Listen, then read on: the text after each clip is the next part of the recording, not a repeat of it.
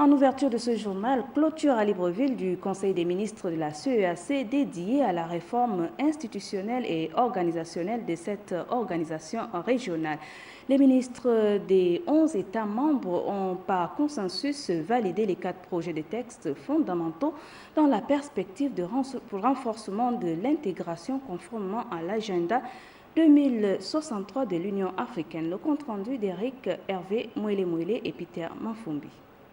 Après une longue période d'atermoiement, la CEAC franchit un pas dans sa marche vers une intégration aboutie à travers le paraphe ici des 4 projets de textes fondamentaux révisés. Au terme de la deuxième réunion, les ministres membres du comité de pilotage de la réforme institutionnelle de la CEAC ont adopté les projets de cadre organique de la communauté économique des États de l'Afrique centrale, le projet de statut de personnel révisé de la communauté économique, les projets de textes révisant le règlement financier et les projets de protocole révisé relatifs au Conseil de paix et de sécurité de l'Afrique centrale COPAX. Il ne me reste plus qu'à transmettre officiellement les projets de textes fondamentaux révisés de notre communauté au président en exercice de la CEAC, Son Excellence Ali Bongo Ondimba, en vue de la convocation prochaine d'une session de la conférence des chefs d'État et de gouvernement à l'effet de l'approbation des 10 textes.